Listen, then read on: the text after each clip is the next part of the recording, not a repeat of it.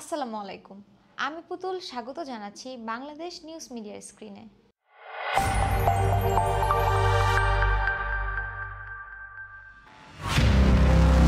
রাজধানীতে মধ্যরাতে র্যাব প্রধানের অভিযান, আইন শৃঙ্খলা পরিস্থিতি নিয়ে উদ্বেগ।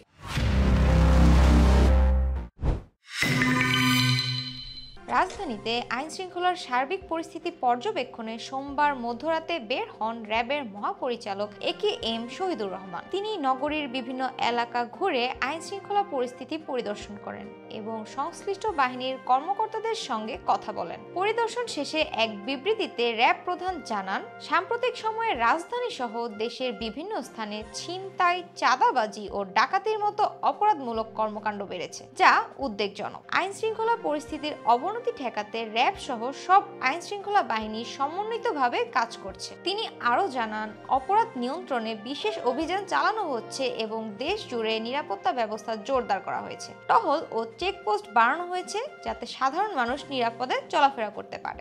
র্যাব মহাপরিচালক জনগণকে নিজের হাতে আইন তুলে না নেওয়ার আহ্বান জানিয়েছেন। এখনকার মতো এ পর্যন্তই। পরবর্তী নিউজ পেতে চোখ রাখুন আমাদের নিউজ চ্যানেলে।